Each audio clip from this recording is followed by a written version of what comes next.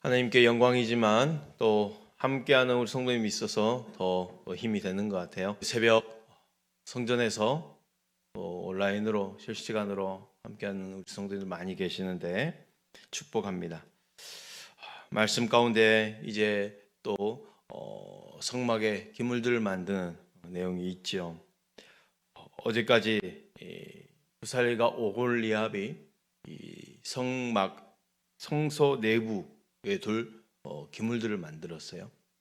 지성소의 번제단, 지성소의 증거계, 그리고 속죄소, 그리고 성소의 진설병상, 그리고 금잔대, 그리고 향단이죠. 기물들을 회막 안에 있는 기물들입니다. 이제 뜰에 있는 기물입니다. 성막에 있는 뜰은 딱 두 개의 기물이 있죠.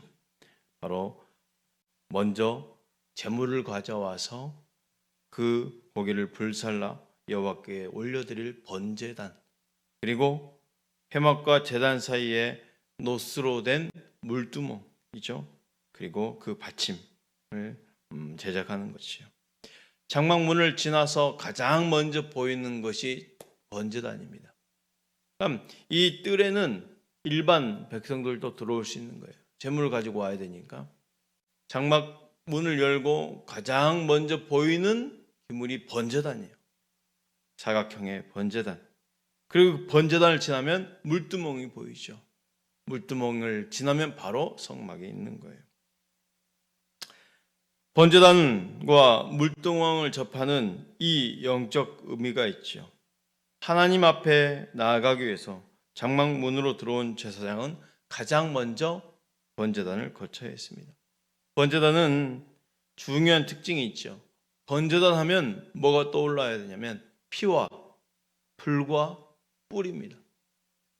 번제단 사각형의 뿔로 만들어졌죠. 뿔 형상으로 솟아왔죠. 그리고 번제단은 항상 불이 있어야 됩니다. 그리고 그곳에는 제물을 드리는 곳이기에 피가 있는 것입니다. 1절, 2절 한번 볼까요? 그가 또 조각목으로 번제단을 만들었으니 길이는 5규빗이요 너비도 5규빗이라 네모가 반듯하고 높이는 3규빗이며. 그러니까 네모가 반듯한 번제단이 지금 있는 거예요. 번제단은 죄인들이 죄를 용서받고 하나님 앞에 다시 의롭게 되는 과정을 잘 보여주죠. 죄인들이 제물을 가지고 와서 그것을 번제단 옆에서 잡습니다. 그리고 그 피를 번제단에 뿌려 제사를 받습니다. 번제단에 네 모퉁이 뿔이 있죠. 이 뿔의 용도는 여러 가지로 쓰였는데 희생 제물을 단에 붙들어 매는 데도 사용했고, 또 여기 희생 제물의 피를 바르기도 했죠. 성경에 보면 번제단의 뿔을 잡으면 죽음을 면하기도 했습니다. 우리도 붙잡아야 될 것이 있네요. 바로 우리 구원의 뿌리 되시는 예수 그리스도를 붙잡는 것입니다. 아울러 예수님은 하나님 우리를 위해서 친히 준비하신 제물이 되셨습니다. 십자가에 달리신 예수의 피가 우리의 모든 죄를 사해 준 것입니다. 이것은 이스라엘 백성이 하나님 앞에 나아갈 때에 죄와 죽음 그리고 희생과 은혜에 대해서 생각해야 된다는 것이죠. 항상 우리는 하나님께 나아갈 때에 은혜만 있는 것이 아니라 하나님께 나아갈 수 있도록 죄와 죽음이 있었다는 거예요. 거기에 희생과 은혜가 있다는 것을 우리는 항상 염두하고 생각해야 된다는 거죠. 제물 드리는 제단이 없는 성막은 있을 수가 없습니다. 이스라엘 백성은 자신의 의로는 하나님 앞에 나아갈 수 없었어요. 우리도 마찬가지 아닙니까? 우리의 힘, 우리의 의로는, 우리의 노력으로는 하나님 앞에 나아갈 수 없습니다. 오직 속죄 은혜를 입어야 하나님 앞에 설 수 있는 것입니다. 우리 역시 희생제물로 십자가에 죽으신 예수 그리스도를 의지함으로 하나님 앞에 나아갈 수 있습니다. 이어 물두멍을 만들었는데요. 물두멍은 용도는 뭘까요? 자, 번제단에서 제물을 잡습니다. 이 번제단에서의 수많은 제물들이 희생을 당하고 제물로 올려드리고 얼마나 그 일이 번잡했겠어요.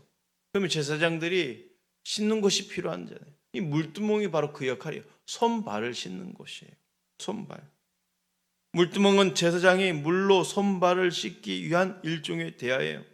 하나님이 임재하셔서 하나님의 그 임재 속에서 이스라엘 백성과 만나는 성막에서 제물을 태우는 이 제단, 번제단과 제사장이 손발을 씻는 물두멍은 성막 뜰에 있고 성막 뜰의 중심에 위치하고 있어요. 8절 말씀 볼까요?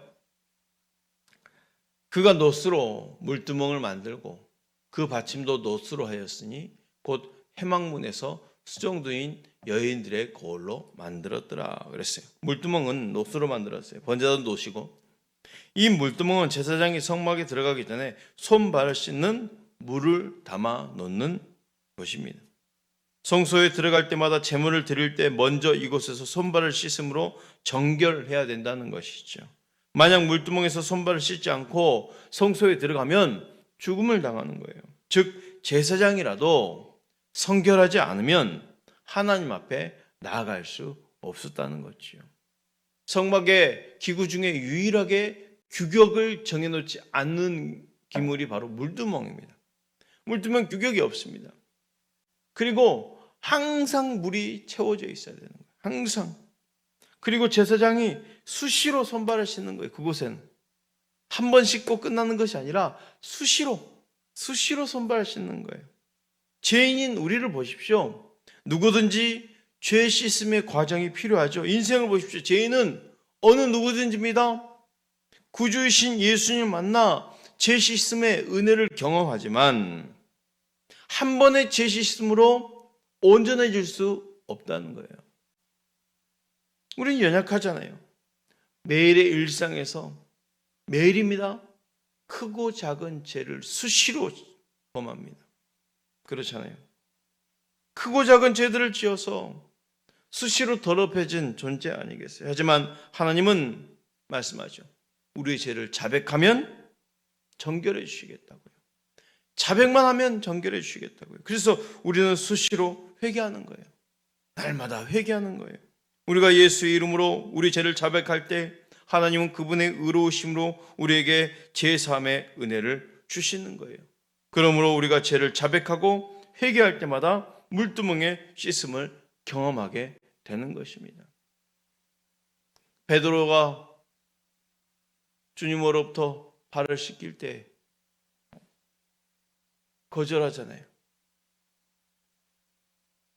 그런데 한번 모욕한 자는 이제 손발만 씻으면 된다라는 주님의 말씀이 바로 여기에 해당되는 거예요. 번제단과 물두멍에 이어 성막 울타리도 만들었네요. 9절 말씀입니다.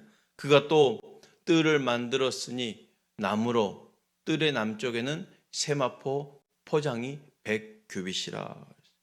자, 뜰입니다. 뜰의 울타리죠, 울타리.